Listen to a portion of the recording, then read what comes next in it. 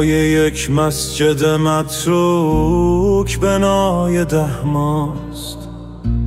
ناطر از منظره ها مخبره های 10 ماست.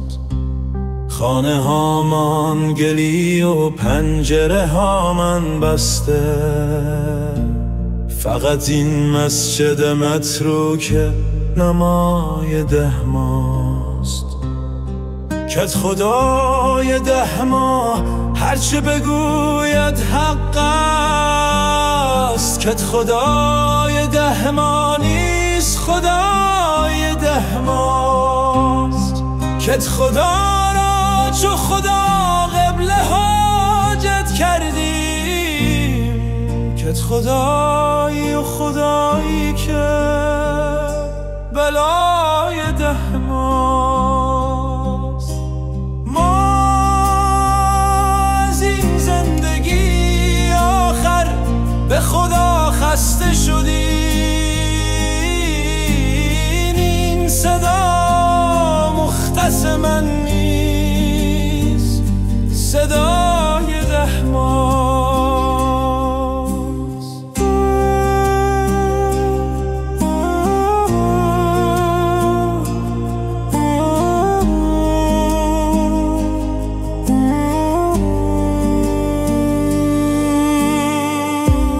خاک نفرین شده ها، مرکز طاعون زده ها، تخم آفت زدگی در گل و لای 10 ماست. پدرم از ده بالا که غروب آمد گفت هرچه بدبختی و درد است برای 10 ماست. آی چوپان جوان خسته نباشی بناز، فقط این لبکت لطف و صفای 10 ماست.